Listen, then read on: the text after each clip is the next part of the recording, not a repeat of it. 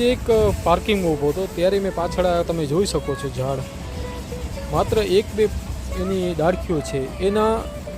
જે ને બી છે તમે જોઈ શકો છો આટલી બધી ગાડી પાર્કિંગ આ માત્ર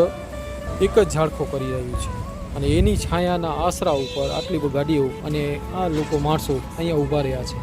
આપણે જ્યારે જરૂર હોય છે કે છાયાની ત્યારે આપણે આ ઝાડખા ગોતીએ છીએ જ્યારે આપણે જરૂર હોય છે કે ડેવલપમેન્ટ કરવાની પછી આપણે આવા રસ્તા બનાવીએ છીએ પણ જ્યારે રસ્તાને ન હોતા ત્યારે ઝાડખા હતા ત્યારે પણ માણસો શાંતિથી નીચે ઊભા રહી અને પોતાનો સમય પસાર કરી લેતા હતા પણ આજે આ રસ્તા ઉપર તમે 1 મિનિટ પણ ઊભા ન રહી શકો તો શું આપણે ડેવલપમેન્ટની જરૂર છે કે આ પર્યાવરણને બચાવવાની જરૂર છે કે આવા બધા ઝાડખાઓની જરૂર છે જ્યાં આપણે આ કાળઝાળ ગરમીમાં અહીંયા ઊભીને આપણો બે થાક ઉતારી શકીએ અને બે પળ અહીંયા બેસી કરીને આપણે આરામ કરી શકીએ આ ઝાડખા ન હોય ને આ તડકા ઉપર તમને કોઈ ઊભાનું કહે આ જમીન ઉપર કે આ જો પથરીલી આ જે